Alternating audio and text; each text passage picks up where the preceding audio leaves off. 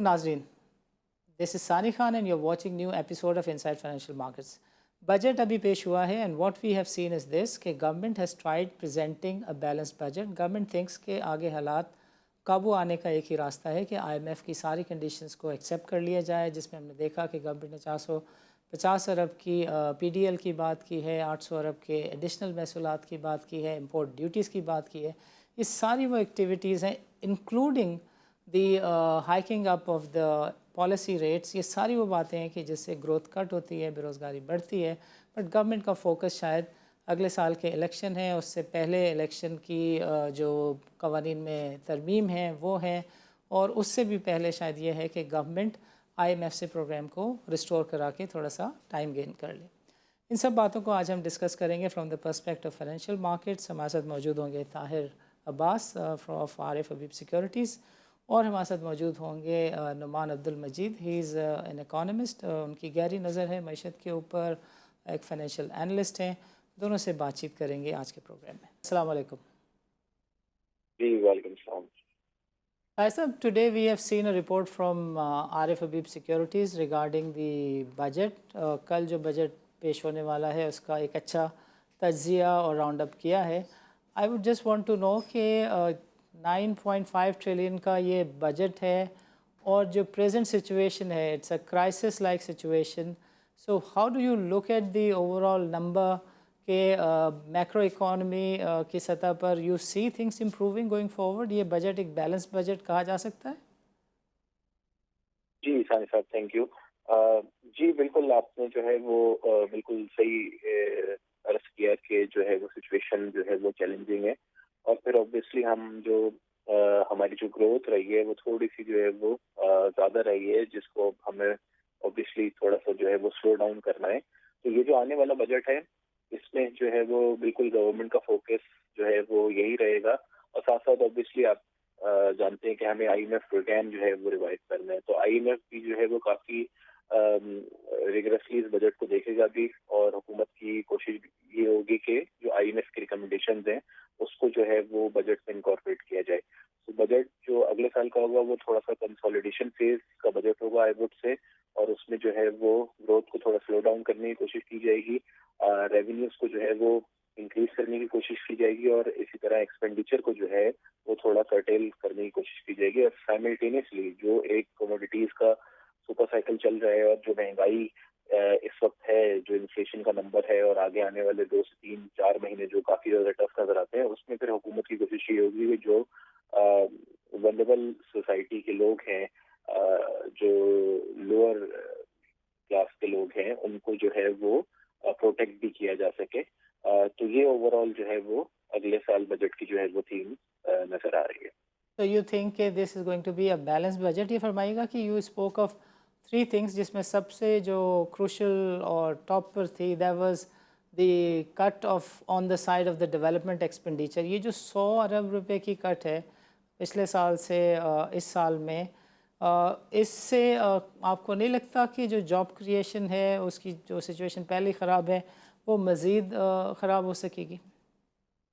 जी देखें, बिल्कुल ये जो है वो जो कट है डेवलपमेंट एक्सपेंडिचर में, ये करना जरूरी भी था, क्योंकि ऑब्वियसली हमने जब इकोनॉमी को थोड़ा सा स्लो डाउन करना है तो जो पीएचडीपी की एलोकेशन है उसको थोड़ा सा जो है वो हमें कम भी करना है।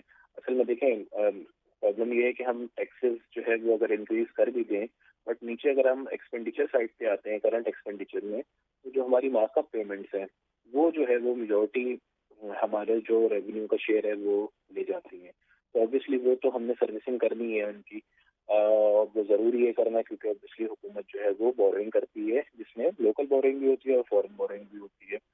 तो असल में हमें जो है वो अपनी बोरिंग, जो हमारी इतना बड़ा नंबर तकरीबन अगले साल का भी हुकूमत 3.5 ट्रिलियन का एक्सपेक्ट कर रही है, जो कि मुझे लगता है थोड़ा कम लोअर साइड पे, ये तकरीबन 4 ट्रिलियन के करीब हो जाएगा अगले साल का, जो मार्कअप पेमेंट्स की मद में हमने पेमेंट करनी होगी। तो हमने जो है वो उसको भी मैनेज करना है, हमने रेवेन्यूज को भी मैनेज करना है, फिर हमने पीएचडीपी को ऐसा भी नहीं है कि बिल्कुल खत्म कर देना है, हमने उसको भी जो है वो थोड़ा सा रैशनलाइज करना है, और उसके साथ साथ हमें अपने जो फिस्कल डेफिसिट है उसको भी कंट्रोल करना है, और इसके अलावा जो आईएमएफ की रिकमेंडेशन है उनको भी इनकॉर्पोरेट करना है। तो ये बिल्कुल एक थोड़ा सा जो है वो मुश्किल बजट एक्सपेक्टेड है कि हो, बट ये है कि इससे हमारी जो इकोनॉमी की सस्टेनेबिलिटी है उसको हासिल करने में जो है वो होपफुली इससे मदद मिलेगी। ग्रेट। एक चीज़ और जो आपकी रिपोर्ट हाईलाइट करती है दैट इज़ कि गवर्नमेंट ने as a matter of strategy ज़्यादा फोकस प्राइवेट पब्लिक पार्टनरशिप पे रखा है। सो व्हेन यू जी लुक एट बिल्कुल। द इंटरेस्ट रेट जो कि यानी मार्केट के रेट्स तो 16 साढ़े 16 के आसपास हैं, गोइंग फॉरवर्ड भी लग रहा है कि जो पॉलिसी रेट्स हैं गवर्नमेंट वो भी बढ़ाएगी और जो काइबोर है वो भी काफ़ी ज़्यादा रहेगा। सो गिवन दिस जी। सिचुएशन यू थिंक कि जो private parties हैं they'll come forward and venture into?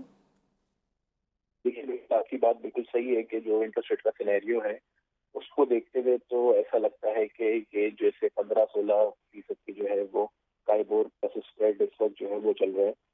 तो इस एट दिस स्टेज कोई भी बिजनेस जो है वो एस्टेब्लिश करने के लिए आपको वो रिटर्न नहीं मिलेगा, वो आपका जो है वो आईआरआर नहीं बन रहा होगा, क्योंकि जो कॉस्ट ऑफ बोरोइंग है वो बहुत हायर साइड पे, और ऑब्वियसली कॉस्ट ऑफ इक्विटी तो होती है उससे ज्यादा यूजली। तो बिल्कुल आपकी बात बजाय, लेकिन ऑब्वियसली ये जो साइकिल है इन्फ्लेशन का, it is expected to come down. ऐसा नहीं है कि ये कंटिन्यूस रहेगा, बट यस अगले 4 से 6 महीने चैलेंजिंग है, फिर आसपास से इन्फ्लेशन जो है वो नीचे आनी शुरू होगी। इसकी बहुत बड़ी डिपेंडेंसी हमारी जो है वो इंटरनेशनल कमोडिटी प्राइसेस पे है कि वो किस तरीके से आगे जाते हुए प्ले करती हैं। बट आपकी बात बिल्कुल सही है कि ये थोड़ा सा चैलेंजिंग होगा प्राइवेट सेक्टर के लिए भी कि इन इंटरेस्ट रेट्स के साथ और इस सिनेरियो में जो है वो हुकूमत के साथ पब्लिक प्राइवेट पार्टनरशिप करे। बट अगेन जो भी इस तरह के प्रोजेक्ट होते हैं ऑब्वियसली वो थोड़े से लॉन्ग टर्म होते हैं, 2 से 3 4 साल का टाइम चाहिए होता है उनको कंप्लीट करने के लिए। तो उसमें यह है कि फिर ऑब्वियसली इंटरेस्ट रेट यहाँ तो नहीं रहेंगे, इंटरेस्ट रेट नीचे भी आएंगे लेटर ऑन, जिस तरह इन्फ्लेशन जो है वो कूल ऑफ होगी। तो उस हिसाब से ही जो है वो फिर प्राइवेट बिजनेस जो है उनको प्लानिंग करनी पड़ेगी कि किस तरीके से जो है वो सिचुएशन में हुकूमत के साथ पब्लिक प्राइवेट पार्टनरशिप की जा सकती है। Okay, okay. Regarding the import duties, your reports states के गवर्नमेंट ने जो import duties हैं इसको effectively लगाने का फैसला किया है। import ban जो है वो भी कम से कम 4 से 6 महीने कंटिन्यू रहेगा। But when you look at what IMF has said, what World Bank has said, जो वर्ल्ड बैंक के नुमाइंदे पाकिस्तान को देखते हैं उन्होंने तो इसको बहुत ही कैटेगोरिकली रिजेक्ट किया है अब काफ़ी सारे न्यूज़ फ्लैशेस में अपने आर्टिकल्स में। सो यू थिंक कि ये आईएमएफ जो है इसको बाइन करेगा, कंडोन करेगा? देखिए, इम्पोर्ट बैन लगाना जो है वो बिल्कुल मुश्किल होता है, क्योंकि आप जो हो वो वर्ल्ड ट्रेड ऑर्गेनाइजेशन का पार्ट होते हो। राइट। तो किसी भी किस्म का बैन लगाना किसी चीज पे जो है वो इनकरेजिंग नहीं होता। उसका दूसरा पर्पस हाँ ये हो सकता है कि देखें, अगर कोई इस तरह की फूड इमरजेंसी या एनर्जी इमरजेंसी, किसी भी तरीके की कोई फाइनेंशियल इमरजेंसी है, जैसे अभी फॉर इंस्टेंस लास्ट अगर हम देखें पिछले 1 महीने में हमारे पड़ोसी मुल्क इंडिया ने जो है व्हीट और शुगर की एक्सपोर्ट बैन कर दी। राइट। तो obviously in in in certain times आप उसको बैन कर सकते हो, लेकिन अगर वैसी सिचुएशन नहीं है तो आप उस पर जो है वो इम्पोर्ट ड्यूटीज इतनी ज्यादा कर देते हो कि वो जो है वो चीज मंगवाना ही फिजिबल नहीं रहता। तो यही आई थिंक हुकूमत करने की जो है वो कोशिश करेगी। लेकिन ऑब्वियसली उसके अलावा और बहुत सारे मेजर्स हैं जो कि गवर्नमेंट जो है वो ले सकती है। तकरीबन आप देखें अगर तो 7.2 ट्रिलियन रुपीस का टारगेट है एसडीआर का, और इस साल का टारगेट तकरीबन 5.8 ट्रिलियन का है, तो मेरे ख्याल में तकरीबन 6 ट्रिलियन हो जाएगा। 200 अरब रुपए हम लोग ऊपर होंगे अपने टारगेट से। तो अगर हम 6 ट्रिलियन से भी लगाएं तो ये तकरीबन 1.2 ट्रिलियन के एडिशनल टैक्सेस जो है वो एक्सपेक्टेड है कि नेक्स्ट ईयर गवर्नमेंट जो है वो कलेक्ट करना चाहेगी, जो कि टारगेट होगा 7.2 का। तो उसमें आप समझ लें कि तकरीबन 900 अरब रुपए के करीब जो है वो जो नॉमिनल ग्रोथ है, जिसको आप कहते हैं कि जो जीडीपी और इन्फ्लेशन की ग्रोथ है उससे हासिल हुए होंगे। और बाकी इसके अलावा तकरीबन ये 300 अरब रुपए के करीब जो है वो नए टैक्सेस गवर्नमेंट 300 से 400 अरब रुपए के करीब नए टैक्सेस जो है वो हुकूमत लगा रही होगी। तो इस तरीके से जो है वो गवर्नमेंट जो है वो टैक्सेस कलेक्शन को जो है वो इम्प्रूव करेगी। On the revenue side your report suggest कि कोई 800 अरब के करीब एडिशनल रेवेन्यू आ रहा होगा। सो ग्रोथ कम करने की बात हो रही है एट द मेन स्टेट और in the down end underline facts government is trying to inculcate growth. ये इस तरह की दो बातें मुझे ही दिख रही हैं या वाकई में ऐसा है भी? देखें ग्रोथ तो वैसे ही स्लो डाउन होगी। अगर आप इंटरेस्ट रेट देखें अभी जो है वो राइट। 13.75% पे है, आगे जाते हुए जो है वो तकरीबन ये 1%, 1.25% से और बढ़ सकता है। तो 15% इंटरेस्ट रेट के साथ तो आप देखें वैसे इकोनॉमी जो है वो स्लो डाउन होगी, और ये चीजें कुछ ना कुछ हमें इंडिकेट होना शुरू हो गई है। जैसे आप सीमेंट की सेल्स देखें, स्लो डाउन होना स्टार्ट हो गई है, स्टील की सेल्स स्लो डाउन होना स्टार्ट हो गई है। पेट्रोल की सेल अब तक इसलिए नहीं हुई क्योंकि हम उसे सब्सिडाइज कर रहे थे, उस पर जो है वो हम लोग सब्सिडी दे रहे थे, हमने उसकी प्राइसेस फ्रीज की हुई थी। अब चूंकि गवर्नमेंट ने उसको रोल बैक किया है, तो आगे जाते हुए उम्मीद है कि जो पेट्रोल और डीजल की सेल्स है उसमें भी जो है रेशनलाइजेशन आएगी। इसी तरह तमाम अगर आप बड़े सेक्टर देखें तो उसमें जो है वो एक स्लो डाउन आना शुरू हो जाएगा, जो कि इंटरेस्ट रेट चल रहे हैं उसकी वजह से, और जो करेंसी जितनी डेप्रिशिएट हो गई है इसकी वजह से, तो वो ये तो एक ऑटोमेटिक प्रोसेस है। लेकिन अगर आप उसके अलावा देखें तो obviously GDP growth slow down होगी, खत्म तो नहीं होगी, लाइक नेगेटिव तो नहीं होगी। तकरीबन हुकूमत एस्टिमेट करिए 5%, हमारा अपना एस्टिमेट है 3.5%। तो फिर भी जो है वो ग्रोथ तो रहेगी, और इन्फ्लेशन और ग्रोथ को अगर आप सम करें तो वो तकरीबन 800 साढ़े 800 अरब रुपए के टैक्सेस सिर्फ इसी से हासिल हो जाएंगे। इसके अलावा जो टैक्सेस हासिल होंगे उसमें जीएसटी बढ़ सकता है तकरीबन 17 से 18%। इस तरह फर्टिलाइजर प्रोडक्ट्स जो हैं उन पे भी 2% जीएसटी है, वो 17% जो है वो हो सकता है। कॉर्पोरेट टैक्स रेट और विंडफॉल लेवी जो है वो तकरीबन 3% से लग सकती है। सुपर टैक्स बैंक्स पे जो है वो इंक्रीज हो सकता है, No, कुछ अमेंडमेंट कर सकते but I just want to understand कि 5.97 से growth 3.5% पे आ जाएगी, and despite that in a slowed economy 800 अरब ज़्यादा के महसूलात, I wonder how, if economy is not progressing, how come your revenue could? देखिए रेवेन्यू तो ये तो एक नॉमिनल जीडीपी ग्रोथ जो होती है आपकी, जो कि बेसिकली आपकी जीडीपी ग्रोथ प्लस इन्फ्लेशन होती है, तो Right. ये जो टैक्सेस हैं ये तो उसी से इंक्रीज हो जाते हैं। Okay. मतलब Okay. आपकी इकोनॉमी जब ग्रो करेगी और उस सर्टेन प्राइसिंग पे ग्रो करेगी, क्योंकि इन्फ्लेशन आप उसमें जमा की हुई है, तो वो आपको जो है वो नए टैक्सेस जो है वो जनरेट करके दे रहे होंगे। और उसके अलावा फिर ऑब्वियसली 300 से 400 अरब रुपए के एडिशनल टैक्सेस जो हैं, जो कि हुकूमत अगले साल के बजट में जो है वो इम्पोज कर रही है। Right, right, right. But coming to another point कि 450 बिलियन 450 से 500 बिलियन PDL के लिए रखे गए. So when जी we talk about the prices which are expected to remain there down the road 3 to 4 months, 140 dollar barrel तक की price जो है वो भी सस्टेन करने की बातें हो रही हैं.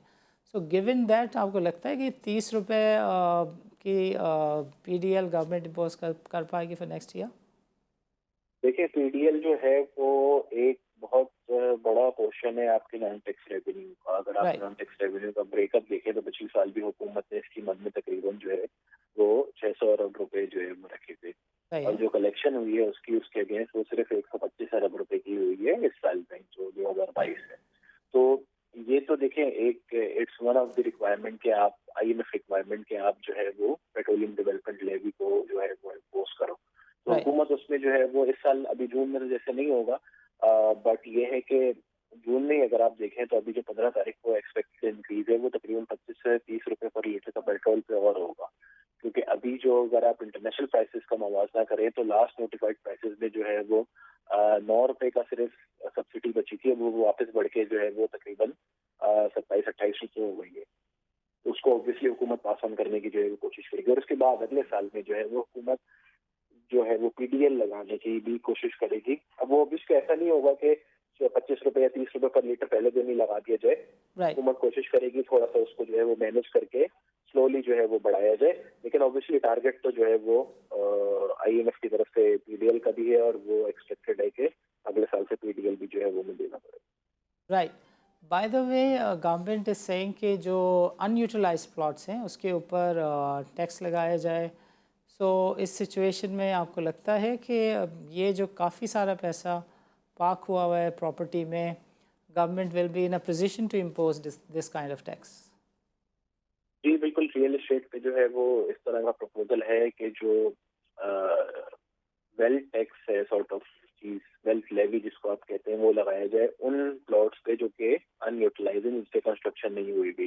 राइट. इसका मकसद बेसिकली ये है कि जो कैपिटल का फ्लो है वो अनप्रोडक्टिव एसेट से हट के जो है वो प्रोडक्टिव एसेट में आए, वो इन्वेस्टमेंट्स में आए, वो वाइट इकोनॉमी में आए। तो ये बेसिकली इसका पर्पस है, और आई थिंक इस पे जो है वो हुकूमत टैक्स जो है वो लगा देगी, और इसी इसी तरीके से रियल एस्टेट पे जो है वो और भी टैक्सेस लगने की बात है, ताकि जो है वो वो पैसा जो कि काफी ज्यादा ऐसा रियल एस्टेट में पार्क हो जाता है जाके, वो जो है वो दूसरे अच्छे इन्वेस्टमेंट एवेन्यूज में आए, स्टॉक मार्केट में आए, म्यूचुअल फंड्स में आए, बैंक्स में आए, डिपॉजिट्स में आए।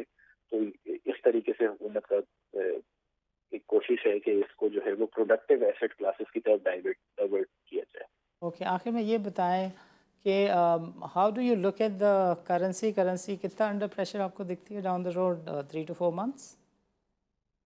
देखिए 3 to 4 months तो जो है वो आई थिंक थोड़ी सी काफी ज्यादा स्टेबिलिटी आ जाएगी। रीजन बीइंग कि हमारा मोस्ट लाइकली आईएमएफ का program by the end of this month जो है वो कंक्लूड हो जाएगा और हमारा 7th रिव्यू जो है वो थ्रू हो जाएगा और हम उसको आईएमएफ के प्लान को रिज्यूम करेंगे। तो आई थिंक जो एक प्रेशर, एक अनसर्टेनिटी और एक एम्बिग्यूटी इस वक्त करेंसी मार्केट में जो है वो चल रही है, वो जो है वो काफी हद तक बेहतर हो जाएगी। फिर उसके बाद ये है कि मुझे ऐसा लगता है कि 30 जून तक तकरीबन 197 की क्लोजिंग होगी और उसके बाद आप अगले साल में तकरीबन 6 से 7% डेप्रिसिएशन जो है वो एनुअलाइज्ड बेसिस पे देखेंगे। Number of people are saying कि बाज़ार अगर 40K का लेवल तोड़ती है तो शायद 3 से 4 हज़ार पॉइंट बाज़ार और लूज़ कर जाए। What is your general view about the market? आपको लगता है कि चीज़ें स्टेबल हो जाएंगी बजट के बाद?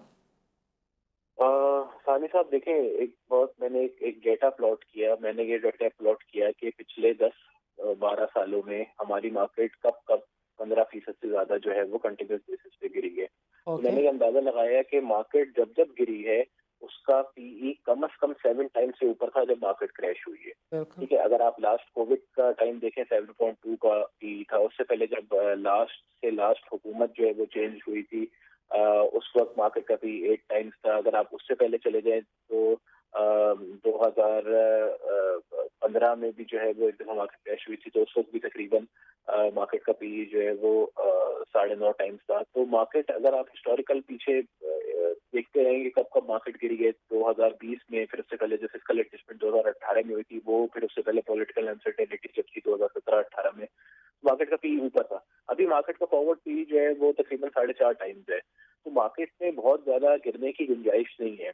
और I think this is on record के आप देखें कि पिछले 2-3 महीने में हमारे मुल्क में काफी ज्यादा पॉलिटिकल और इकोनॉमिक अनसर्टेनिटीज रही हैं। आईएमएफ का प्रोग्राम इंस्टॉल हुआ, फिर गवर्नमेंट चेंज हुई, फिर पॉलिटिकल अनरेस्ट भी रहा थोड़ा सा। तो मार्केट उस तरीके से नहीं गिरी जो कि पहले ऐसा होता था कि मार्केट जो है वो 45,000 से बहुत ज्यादा नीचे चली गई। तो ये इस बात की इंडिकेशन है कि मार्केट ऑलरेडी इतनी चीप है कि मार्केट में बहुत ज्यादा गिरने की गुंजाइश नहीं है और जो कंपनीज की वैल्यूएशन है वो बहुत अट्रैक्टिव लेवल पे है। इसके अलावा अगर आप देखें तो जो स्पॉन्सर्स बाइंग है मार्केट में वो काफी रोबस्ट है, क्योंकि जो बायबैक्स भी स्पॉन्सर्स हो रहे हैं, हैं। बायबैक जो बेसिकली राइट, है, राइट, उनको इस चीज का आइडिया है कि ये कंपनी बहुत सस्ती मिल रही है इस वक्त, बिल्कुल, तो इस बिल्कुल। वजह से वो जो है वो बाय भी कर रहा है। तो मुझे नहीं लगता कि मार्केट में कोई बहुत बड़ी जो है वो गिरने की गुंजाइश है। आई थिंक मार्केट यहाँ से जो है वो बेहतर ही होगी।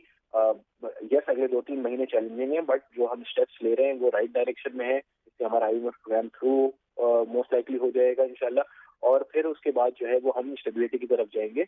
और आई थिंक मार्केट को जो है वो स्टेबिलिटी जो है वो ज्यादा अट्रैक्ट करती है और मार्केट फिर अकॉर्डिंगली जो है वो परफॉर्म करेगी। ताहिर साहब, आपका प्रोग्राम के लिए वक्त निकालने का बहुत बहुत शुक्रिया। नाज़रीन, वक्त हुआ चाहता है एक छोटे से वक्फे का। वक्फे के बाद हमारे साथ मौजूद होंगे नुमान अब्दुल मजीद। इनसे डिस्कस करेंगे मईशत के ऊपर और बजट पर।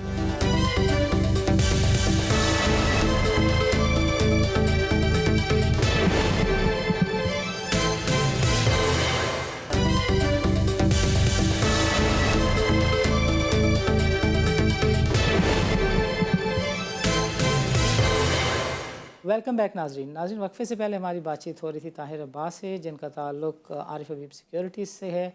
हमने देखा कि what he pointed out was that कि गोइंग फॉरवर्ड गवर्नमेंट ने जिस तरह का एक बैलेंस बजट पेश करने की कोशिश की, उसके समराज जो हैं वो 3 से 4 महीने में मार्केट में नज़र आ सकते हैं। आई मार्केट में थोड़े से चैलेंजेस के बाद बेहतरी देखी जा सकती है, वॉल्यूम बेहतर हो सकते हैं, इन्वेस्टर का कॉन्फिडेंस जो है वो बहाल हो सकता है। और अगर गवर्नमेंट ने जिस तरह के स्टेप्स लिए हैं उसके नतीजे में आईएमएफ का प्रोग्राम रिस्टोर हो जाता है, दूसरे इंस्टीट्यूशंस की फंडिंग बहाल हो जाती है, तो लगता ऐसा है कि मईशत में जो है वो बेहतरी की जो गवर्नमेंट की तवक्कुआत हैं वो पूरी हो जाएंगी। इस सेगमेंट में what we are going to discuss is कि ये जो बजट है in particular from the prospect of macroeconomy, how does an economist look into the numbers which have been presented or being presented by the government? ये हम discuss करेंगे नुमान से। नुमान साहब, welcome to the show and अस्सलाम वालेकुम। नुमान साहब, budget पेश हो रहा है, how do you look at the macro economic situation? जो चैलेंजेस हैं उसको देखते हुए ये जो बातें हो रही हैं बाज़ार में, मार्केट में, एंड पीपल आर डिस्कसिंग कि ये 9.5 खरब से ज़्यादा का बजट गवर्नमेंट प्रेजेंट करने जा रही है। सो how do you look at this in this challenging situation? बिस्मिल्लाहिर्रहमानिर्रहीम। देखें, बजट की प्रेजेंटेशन तो आप 9.5 या 12 खरब का कर दें, आप प्रेजेंटेशन तो आप कुछ भी कर सकते हैं। इंपॉर्टेंट चीज़ ये है कि इतने वसाइल जनरेट कहाँ से होंगे। तकरीबन 6 ट्रिलियन की, अगर मैं गलत नहीं हूँ तो हमारी कलेक्शन थी लास्ट ईयर की। पाकिस्तान का जो टैक्स टू जीडीपी रेशियो है वो 10-10.5% के आसपास है। अगर आपने इस टैक्स टू जीडीपी रेशियो को मेंटेन करना है तो साल के तकरीबन 1 ट्रिलियन आपने एक्स्ट्रा टैक्स जो है वो उठाना है। उसकी वजह ये है कि आपका इन्फ्लेशन होता है, आपकी नॉमिनल जीडीपी की ग्रोथ होती है। इन तमाम चीज़ों को जब एडजस्ट करते हैं तो आपको उसी लेवल ऑफ कलेक्शन को मेंटेन करने के लिए तकरीबन जो है 1 ट्रिलियन का एक्स्ट्रा टैक्स उठाना होता है। अब ज़ाहिर है कि IMF की कंडीशनैलिटीज़ हैं, हमारी बजट जो हमारी IMF की कंडीशनैलिटीज़ को भी आपने मीट करना है। आपका इन्फ्लेशन रेट ऑलरेडी बहुत हाई चल रहा है जिससे इकनॉमी में स्लो डाउन भी है। और एक और चीज़ जो हमें देखनी होगी कि हमारे पिछले सालों में हमारी जो टैक्स की कलेक्शन थी वो डायरेक्ट टैक्सेस का रेशो दिन ब दिन कम होता जा रहा है। हमारी जो टैक्स कलेक्शन है वो मेनली आती है इंपोर्ट ड्यूटी से आती है और सेल टैक्स से आती है। अब देखिए, इंपोर्ट ड्यूटी का तो ये है कि पाकिस्तान ने तकरीबन 75 अरब डॉलर की इंपोर्ट्स की हैं लास्ट ईयर में। तो आप इमेजिन कर सकते हैं कि इंपोर्ट्स की वैल्यू, कमोडिटीज़ की वैल्यू बहुत हाई है आपकी जो है, तो इसकी वजह से ऑटोमेटिकली आपकी इंपोर्ट भी अब हम एज्यूम करें अगर कि भाई आपकी इंपोर्ट की वैल्यू उतनी ही रहती है तो इन दैट केस क्या होगा कि आपकी टैक्स कलेक्शन को आपने बढ़ाना, इसको मेंटेन करना आपके लिए बहुत मुश्किल हो जाएगा। अगर हम ये एज्यूम करें कि भाई आपकी इंपोर्ट्स की वैल्यू जो है और ज़्यादा बढ़ जाएंगी, कमोडिटीज़ की वैल्यू बढ़ जाएंगी, तो इन दैट केस क्या होगा, आपको अपना करंट अकाउंट डेफिसिट करना, मेंटेन करना मुश्किल हो जाएगा। तो होगा ये कि पाकिस्तान इस वक्त एक बहुत ही टाइट स्पॉट में चल रहा है। आप टैक्स कलेक्शन बढ़ाने चले जाएंगे ग्रोथ के थ्रू, नतीजा ये निकलेगा कि आपकी इंपोर्ट्स बढ़ जाएंगी या IMF उससे अग्री नहीं करेगा। अगर आप इकॉनमी को स्लो डाउन करते हैं तो उसका नतीजा ये निकलेगा कि आप जो है टैक्स की कलेक्शन के शायद टारगेट्स मीट ना कर सकें। अब उसका सवाल ये पैदा होता है कि ये तो वो डायनामिक्स हैं, वो सूरत हाल है जिससे पाकिस्तान दो चार है। अब हमने इसका हल क्या निकालना है, इसका हल क्या है? अब अगर हम पाकिस्तान का हिस्टोरिकल देखते हैं कि हमारा टैक्सेशन का सिस्टम चलता कैसे है। देखिए, मैंने आपको टैक्स GDP रेशो की बात की कि हमारे यहाँ जो तकरीबन 10-10.5% का जो है वो टैक्स टू GDP रेशो है। जो OECD कंट्रीज़ हैं, यानी जो डेवलप कंट्रीज़ हैं, उसमें जो टैक्स टू GDP रेशो की जो रेंज है वो 17% से तकरीबन 44% के दरमियान है और उसकी एवरेज 33% आती है। US के अंदर भी 24% है और टर्की, जिसको हम अक्सर कोट करते हैं हमारी कन्वर्सेशन में, उसका भी टैक्स टू GDP रेशियो है वो 24% है। तो पहली चीज़ तो ये कि अगर आपने बढ़ाना है टैक्सेस की तो आपने टैक्स टू GDP रेशियो बढ़ाना होगा। अब उस बढ़ाने के तरीक़ेकार क्या है, तो दो तरीक़ेकार हैं। एक तो ये है कि भाई जो लोग ऑलरेडी टैक्स नेट के अंदर हैं और जैसा कि हमारे यहाँ हिस्टोरिकली होता रहा है कि भाई आप उन्हीं पे मज़ीद टैक्सेस लगाएं और बजाय इसके कि सिस्टम को ठीक करने के आप उन्हीं पे टैक्स लगाते जाएं और मज़ीद टैक्स वसूल करते जाएं। और दूसरी चीज़ ये है कि आप उन सेक्टर्स को टैक्स नेट के अंदर लाएं कि जो इस वक्त तक टैक्स नेट के अंदर मौजूद नहीं है, उसको डॉक्यूमेंटेशन करें। आप देखिए, पाकिस्तान की इकॉनमी का, जैसे हमने टैक्स GDP रेशो की बात कही ना, तो ये इसके सबसेट्स होते हैं ना, आप भी जानते हैं, फाइनेंस के बंदे हैं। अब बात ये है कि हम जब टैक्स GDP रेशो की बात करते हैं तो ऑटोमेटिकली GDP की कॉम्पोजिशन होती है, मुख्तलिफ एलिमेंट्स होते हैं जो मिला के GDP को बनाते हैं।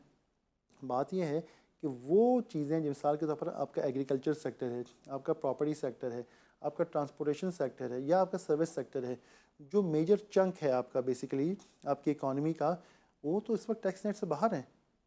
ठीक है ना जी। जब तक आप इन सेक्टर्स को, जो बल्क ऑफ द GDP हैं, उसको आप टैक्स नेट के अंदर नहीं लाएंगे, आपका टैक्स टू GDP रेशो नहीं बढ़ सकता। और अगर आप ये लगते हैं जैसा कि हिस्टोरिकली हमारा था कि हम सेल टैक्स को, आपको याद होगा, 15% या 12% से स्टार्ट हुआ था, फिर 17% कर दिया गया। उसका रैशनल क्या था?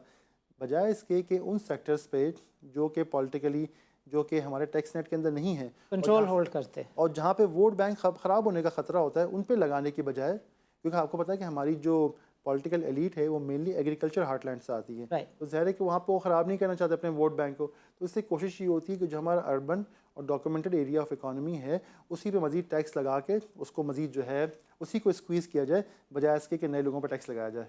But how about this proposal के जो अनयूटिलाइज प्लॉट्स हैं उसको टैक्स करें? कम से कम ये एक सट्टे की जो एक पैरेलल इकोनॉमी है इसको तो थोड़ा सा हिट मिलेगी, यस और नो?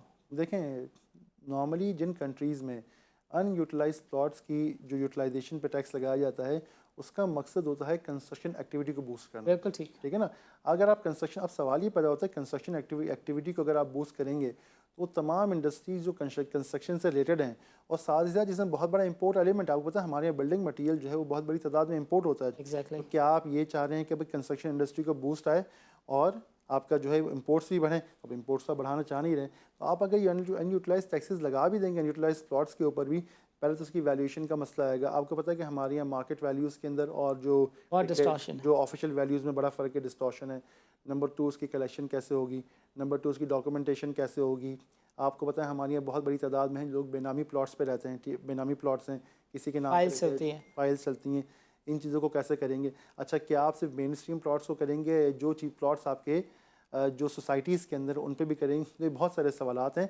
मुझे ऐसा महसूस होता है कि अगर गवर्नमेंट ये प्रपोज़ल लेके आती भी है तो इसकी इम्प्लीमेंटेशन बेतहाशा मुश्किल होगी और इससे कोई खातिर खा रकम निकालना बहुत ही मुश्किल होगा। अंडरस्टूड। ये फरमाइएगा कि ये जो बात हो रही है एनर्जी की प्राइसेस एनीवे बढ़नी है 15-17%, इसकी हिट लेने की कितनी सकत है एक आम आदमी में?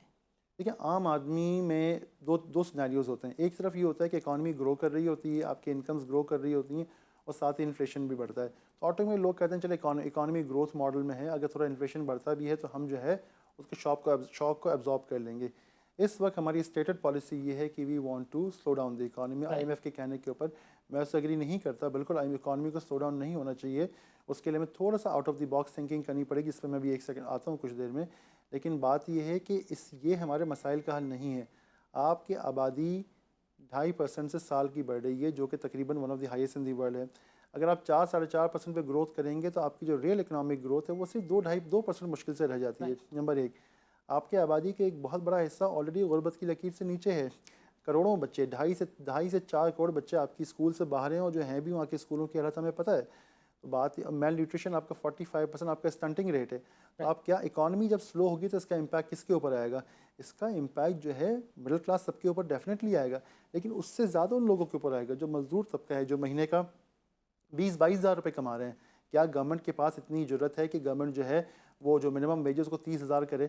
जो इन्फ्लेशन रेट चल रहा है, अगर 30% इन्फ्लेशन रेट है और गवर्नमेंट अगर जो तनख्वाहों को 5% या 2% से बढ़ाती है तो आप कैसे इसको कम्पीट करेंगे? ठीक है, तो कम से कम ये होना चाहिए, मैं समझता हूँ कि हमारी जो एक्सपोर्ट ओरिएंटेड इंडस्ट्रीज़ हैं उसके अंदर चूँकि वो डॉलर वैल्यूज़ में कमाते हैं और डॉलर वैल्यूज़ को पास ऑन करते हैं इंटरनेशनल मार्केट्स के अंदर, तो उनकी जो वेज रेट है कम से कम उसके अंदर जो है वो हमें एक प्रोबेबली मेरा ख्याल है कि एक डॉलर बेस उसकी वैल्यूएशन वेज रेट की करनी चाहिए।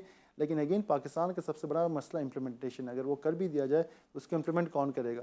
लेकिन एटलीस्ट मैं समझता हूँ कि जो हमारी डॉलर बेस्ड इंडस्ट्रीज़ हैं या तो वॉलंटरली वो खुद कर लें, वो खुद ही अनाउंसमेंट कर दें, या फिर जो है गवर्नमेंट इसको इम्पोज करे कि एटलीस्ट मिनिमम वेज का स्ट्रक्चर जो है it should be at least 30,000 rupees. So Naman, as I've understood, the bottom line that you're trying to suggest is कि आप ग्रोथ को हैम्पर करके मुल्क को आगे नहीं ले जा सकते, बिकॉज एक बहुत बड़ी तादाद है पाकिस्तानियों की जो गुर्बत की लकीर से नीचे रह रही है। आप उसको और नीचे धकेल देंगे, उसको फर्दर इस्टाफिल कर देंगे। But when you talk about indigenous growth, आपके पास कारखाने लगाने के लिए सरमाएदार अगर आपको पैसे देता है तो आप उसको डॉलर नहीं देते कि मैं इक्विपमेंट नहीं मंगाने दूंगा तुम्हें, बिकॉज करेंसी पे रन पड़ जाएगा। अब पावर आपके पास है नहीं कि वो इंडिजिनस ग्रोथ के लिए मैन्युफैक्चरिंग हो सके। एक चीज़ बचती है, जैसे एक दौर में कॉटन इंडस्ट्री थी, अब आज के दौर की कॉटन इंडस्ट्री जो है दैट इज़ टेक्नोलॉजी। बहुत कम पैसे के साथ एक स्किल्ड बच्चा जो है, ये Kamyab Jawan program was an exciting initiative कि मेरे अपने बच्चे ने 6 महीने की ट्रेनिंग ली और वो फाइवर से उसको पैसे आ जाते हैं। यानी आपको सिर्फ उसको घर पे बिजली देनी है, कोई इक्विपमेंट नहीं देना, कोई मैन्युफैक्चरिंग सेटअप नहीं लगाना, कोई स्पेशल इकोनॉमिक जोन नहीं बनाने। अभी भी इस बजट में भी, इनफैक्ट ये मेरी ज़ाती राय है, मैं किसी को नाराज़ नहीं करना चाहता, ये 1980 की बातें फिर से हो रही हैं। प्लॉट प्लॉट वाला, सीमेंट वाले स्ट्रक्चर से बड़े बड़े घर बना दो, बड़ी बड़ी बिल्डिंग बना दो, और लोगों को ये टेक्नोलॉजी पार्क है, उसके ज़माने लद गए। अब तो बच्चों को आप स्किल दें और घर पे एक्सेस दें, तो कॉटेज इंडस्ट्री की तर्ज पे, जहाँ छोटी छोटी घर में इंडस्ट्री होती थी, यही बच्चे $2,000 बना सकते हैं। आईटी पे टैक्स की बात हो रही है, सो how do you look at it? देखें, आपने खुद ही कहा जैसे कि ये हमारी जो ना ओल्ड स्कूल थिंकिंग है। अनफॉर्चुनेटली आईएमएफ का भी जो इकोनॉमिक फ्रेमवर्क है 1980s का वाशिंगटन कंसेंसस के ज़माने का बना हुआ है। उसके बाद 90s में भी उन्होंने रशियन स्टेट्स के ऊपर इसका तजुर्बा किया, 2000s में हुआ, एशियन टाइगर इकोनॉमीज़ के ऊपर भी हुआ, और आईएमएफ का इकोनॉमिक मॉडल बुरे तरीके से फेल हुआ। उसकी वजह यह है कि इकोनॉमिक मॉडल का काम सिर्फ इकोनॉमिक स्टेबिलिटी नहीं होता, ग्रोथ भी होता है। राइट। अब सवाल ये पैदा होता है ग्रोथ क्रिएट कैसे की जाए। जैसा हमारी हमेशा बात होती है कि ग्रोथ आपने उन रिसोर्सेज के थ्रू करनी होती है जो इंडिजिनस होती हैं। अब इंडिजिनस से मकसद क्या होता है? इंडिजिनस से मुराद होती है कि वो रिसोर्सेज जिसका रॉ मटेरियल आपके पास अवेलेबल है और जिसकी प्रोसेसिंग आप खुद कर सकें। Right. हमारे पास रॉ मटेरियल किस चीज़ का अवेलेबल है? हमारे पास रॉ मटेरियल एग्री का अवेलेबल है। बिल्कुल। इस वक्त एग्री की हमारी जो वेस्टेज है फ्रूट एंड वेजिटेबल की 40 to 50% है। तो पहली तो चीज़ ये कि हमारे जो एग्री के एरियाज़ हैं हम कुछ ना करें, अगर वहाँ पे हम सिर्फ इंफ्रास्ट्रक्चर ठीक कर दें, उसकी पैकेजिंग ठीक कर दें, थोड़ा सा क्वालिटी कंट्रोल ठीक कर दें, तो हम बिलियंस ऑफ डॉलर्स जो है वहाँ से एग्री से बना सकते हैं। मैं रॉ की बात कर रहा हूँ। उसके बाद जो है आप एग्री बेस्ड इंडस्ट्रीज़ भी अगर लगाते हैं तो वो बहुत ज़्यादा जो है वो गैस इंटेंसिव नहीं होती। आप जानते हैं कि पाकिस्तान के अंदर जो है वो गैस का इशू है, इलेक्ट्रिसिटी हमारे पास अवेलेबल है, वो महंगी है जो भी, वो अलग बात नहीं, इलेक्ट्रिसिटी एटलीस्ट हमारे पास अवेलेबल है। अब बहुत सारे कंट्रीज़ में आप देखें जहाँ पे गैस की शॉर्टेज है, तो वो उनका एक इकोनॉमिक फ्रेमवर्क ये कहता है कि आप ऐसी इंडस्ट्रीज़ लेके आएँ जो इलेक्ट्रिसिटी बेस्ड हो, क्योंकि इलेक्ट्रिसिटी के मल्टीपल सोर्सेज हैं। गैस तो एक है ना, आप जो है इंपोर्टेड फ्यूल के थ्रू भी कर सकते हैं, आप सोलर के थ्रू भी आप कर सकते हैं इलेक्ट्रिसिटी। तो बात ये कि हमने उन इंडस्ट्रीज़ को प्रमोट करना होगा कि जो हमारे लोकल रॉ मटेरियल को इस्तेमाल करें और साथ ही साथ जो है वो आपकी वैल्यू एडेड भी करें, और आपका जो है ताकि आप जो आपकी जो ग्रोथ है, आपकी जो एक्सपोर्ट्स हैं, उसकी वैल्यू को आप जो है in terms of value add बढ़ाया जा सके। अब अनफॉर्चुनेटली नज़र ये आता है कि हमारे पास कोई इसका इकोनॉमिक प्लान मौजूद नहीं है। जैसा भी आपने आईटी एक्सपोर्ट्स की बात की ना, अब आईटी एक्सपोर्ट के लिए ज़रूरी है कि जो पैसे हों बजाय बिल्डिंगों में खर्च करने इंसानों के ऊपर लगें, टेक्नोलॉजी के ऊपर लगे। हम ऐसे अपने नेक्स्ट जनरेशन की ह्यूमन रिसोर्स को ट्रेन करें। आपको पता है हमारे बहुत सारे प्रोग्राम ऐसे शुरू हुए 10-20 सालों में कि हमने अपने बच्चों को बाहर PhDs करने के लिए भेजा, बाद में उनकी फंडिंग रोक ली गई, बहुत से लोग ख्वार हो गए, बहुत से लोग आ गए। इस तरह काम नहीं चल सकता। अगर आप समझते हैं कि आपने अपने बच्चों को ट्रेन करना है फॉर एग्जांपल आईटी के अंदर, तो आपने कम से कम 1000 या 10,000 बच्चों की एक टॉप एंड वर्कफोर्स तैयार करनी होगी, जो दुनिया की बेहतरीन यूनिवर्सिटी से पढ़ के पाकिस्तान वापस आए और यहाँ पढ़ाएं। फिर आपने एक मेरिट बेस्ड सिस्टम क्रिएट करना होगा कि सरकारी यूनिवर्सिटीज़ में जो लोग 1980 की टेक्नोलॉजी पढ़ा रहे हैं उनकी जगह नए लोगों को अपॉइंट किया जाए। कि हमारे यहाँ तो इतनी भी इंडस्ट्रियल टेक्नोलॉजीज़ हैं, एग्री टेक्नोलॉजीज़ हैं, इन्फॉर्मेशन टेक्नोलॉजी है, 1970, 80, 90 में जो सिलेबस बना था वही हम पढ़ा रहे हैं, कोई तब्दीली तो आई नहीं है हमारे पास। ज़रूरी है कि हम अपनी वर्क फोर्स को नई जनरेशन में ट्रेन करके, और फिर वो जो ट्रेन द ट्रेनर के कॉन्सेप्ट के तहत कि फिर वो लोग अगली जनरेशन को ट्रेन करें और उसको आगे लेके चलें। लेकिन ये वो चीज़ें हैं, या तो हमारे पास एहसास नहीं है हमारे लिए हुक्मरानों को, या इसका प्लानिंग का फुकदान है। ये चीज़ समझ से बाहर है कि हमें एक्चुअली इंसानों को आज के ज़माने में बजाय कॉन्क्रीट लगाने के अपने state of the art laptops देने हैं बच्चों को, जो पैसा आप खर्च कर रहे हैं। क्या हमने लैपटॉप मैन्युफैक्चरिंग पे कुछ इन्वेस्ट किया? कुछ भी नहीं किया। आप सैमसंग के लैपटॉप शायद बनना शुरू होंगे। क्या हमारे पास कोई मॉडल है कि हम लो कॉस्ट टैबलेट्स बना सके जो दुनिया की बहुत सारी कंट्रीज़ बना रही? ये वो चीज़ें हैं जिस पर आपको इंसेंटिव देने की ज़रूरत है। जिसकी इंपोर्ट अगर मशीनरी भी होती है उसको आप ज़ीरो रेट करें, इसको आप किसके टैक्सेस को भी ज़ीरो रेट करें, क्योंकि होगा ये कि ये वो तमाम चीज़ें हैं जो बाद में आपको इंपोर्ट सब्स्टिट्यूशन और एक्सपोर्ट की तरफ लेके जाएंगी। देखिए बात ये कि पाकिस्तान को जो है ना 3-4 चीज़ों को बैक वर्क करने की ज़रूरत है। हम आइसोलेशन में नहीं दे सकते। एक है आपका इंपोर्ट कंट्रोल, आपने अपने टॉप एंड इंपोर्ट्स को स्लैश करना पड़ेगा वक्ती तौर पर एटलीस्ट 3 से 6 महीने के लिए। दूसरी चीज़ है इंपोर्ट सब्स्टिट्यूशन। आपकी इतनी बड़ी टेक्सटाइल इंडस्ट्री है, वो आज तक जो है अपनी बेसिक टेक्सटाइल मशीनरी भी लोकली नहीं बनाती, बाहर से बनाती है। आपने चीज़ों को एक पॉलिसी के तहत, प्लानिंग के तहत इंडिजिनाइज करना होगा। आप बिलियंस ऑफ डॉलर्स, आप साल का $10 अरब का फूड मंगा रहे हैं। कैन यू इमेजिन सानी? $10 अरब का अगर आप एक ज़रिए मुल्क कहते हैं अपना फूड मंगा रहे हैं, आपके पास क्या कोई स्ट्रेटजी है कि इन चीज़ों को जो आप फूड में इंपोर्ट कर रहे हैं उसको लोकलाइज कर सकें? बिल्कुल, हमारे पास ज़मीन भी ज़रख़ीस है, हर चीज़ हमारे यहाँ उग भी जाती है, उसके कोई ना कोई लोकल वेरिएंट्स भी निकल आते हैं। लेकिन क्या हमने हुकूमती सतह पर इस पर कोई काम किया? मैं पिछले दिनों में एक फूड सिक्योरिटी सेमिनार में इस्लामाबाद में था, बात ही हुई, बहुत सारे गवर्नमेंट के ऑफिशियल भी थे, उन्होंने भी एक कहा हमारे पास पॉलिसीज़ हैं, गाइडलाइंस हैं, फ्रेमवर्क है, लेकिन एग्जीक्यूशन कुछ भी नहीं है। तो एग्जीक्यूशन आप कैसे करेंगे इसके ऊपर? एग्जीक्यूशन पर हमारे यहाँ बात ही नहीं होती। टेक्नोलॉजी की हमने बात की, HR डेवलपमेंट की बात की। अब ये वो चीज़ें हैं जिसके लिए आपको रॉकेट नहीं बनाना, ठीक है ना? ये बहुत ही बुनियादी चीज़ें हैं जिसको अगर आप ठीक कर लें ऑटोमेटिकली चीज़ें ठीक होना शुरू हो जाएंगी।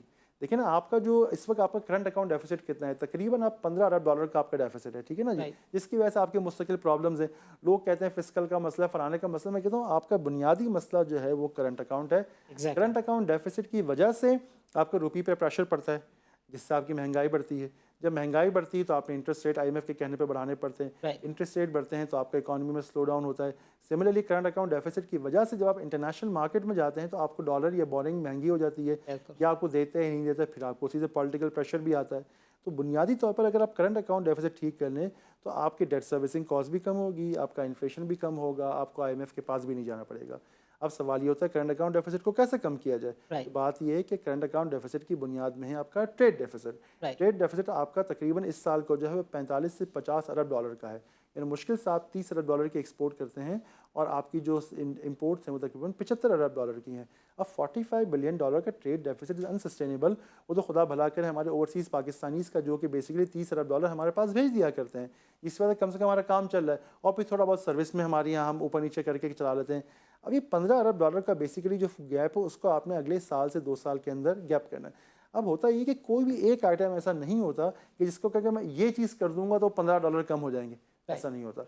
आपने बिलियन, 2 बिलियन, 500 मिलियन के हिसाब से कुछ 8-10 मेजर्स लेने होंगे जिसके ज़रिए से आप उस गैप को क्रिएट करेंगे। फॉर एग्जांपल कुछ सजेशन मैं दे देता हूँ। Right. मिसाल के तौर पर आपकी जो HR है, अगर आप जो है स्किल्ड लेबर पे थोड़ा मेहनत करें और आप इसकी बुनियाद पे ग्लोबल सर्वे करें कि इस वक्त दुनिया में कौन से प्रोफेशंस हैं जो कि बेसिकली इन डिमांड हैं, जैसे कि नर्सिंग का प्रोफेशन है, बहुत बड़ी डिमांड में है। Right. आपके यहाँ प्राइवेट टीचर्स हैं जो बहुत बड़ी डिमांड में, जो इंग्लिश लैंग्वेज पढ़ा सकते हैं। Right. इसी तरह आपके बहुत सारे और प्रोफेशन हैं, आपके IT के बहुत सारे जो प्रोफेशंस हैं।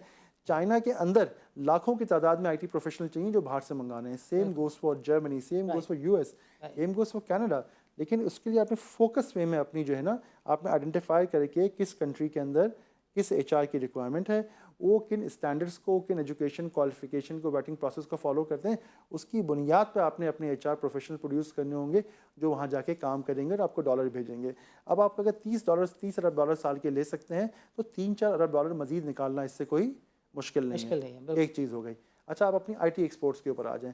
अगेन IT एक्सपोर्ट्स आपकी तकरीबन ऑफिशियल 2 से 2.5 अरब डॉलर के दरमियान है, कुछ आपकी रेमिटेंसेस के थ्रू आती हैं। Right. तो क्या होगा कि आपकी जो IT एक्सपोर्ट 3 से 5 अरब डॉलर हैं, इंडिया की तकरीबन 1.5-2 अरब डॉलर के आसपास हैं।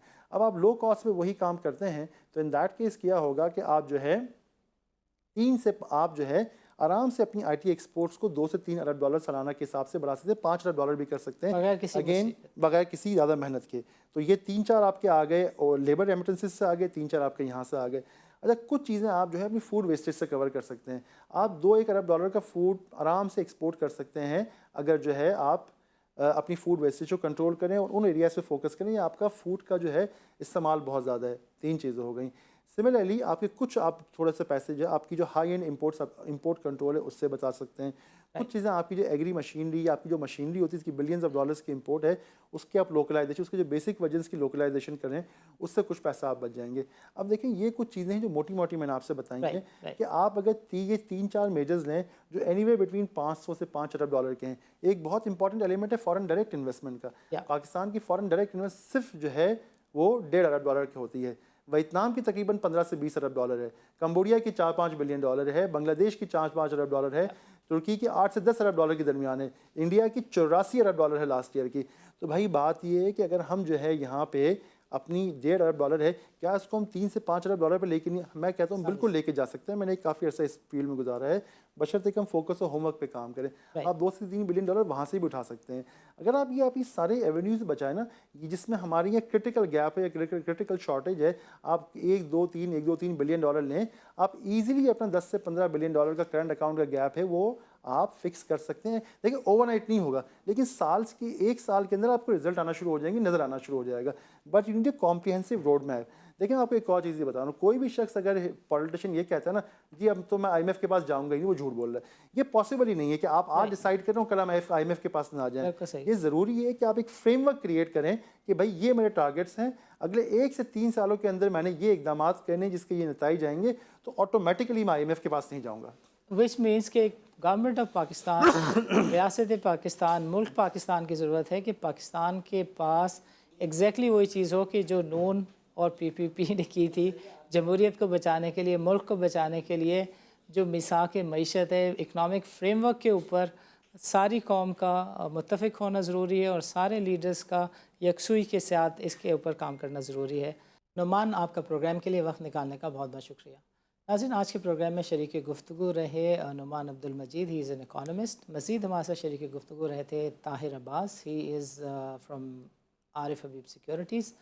दोनों का ये व्यू था कि ये एक बैलेंस बजट है जिसके अंदर जो है गवर्नमेंट ने सेफ प्ले करते हुए रेवेन्यूज़ को बढ़ाने की कोशिश की है, लेकिन इसका जो ब्रंट है, इसके जो चैलेंजेस हैं, इसकी जो मुश्किलात हैं, उसका जो सामना है वो एक आम शख्स को करना होगा जो सड़क पे होता है। उसकी जो इनकम है, उसके जो टैक्सेस हैं, इनकम कम होगी, टैक्सेस बढ़ेंगे, महंगाई में 22 से 23% की जो है प्रेडिक्शन है वो वर्ल्ड बैंक ने कर दी है। और गवर्नमेंट गोइंग फॉरवर्ड ग्रोथ को रोकने के लिए जो इंटरेस्ट रेट है उन्हें 15% से ज़्यादा रखने का इरादा रखती है।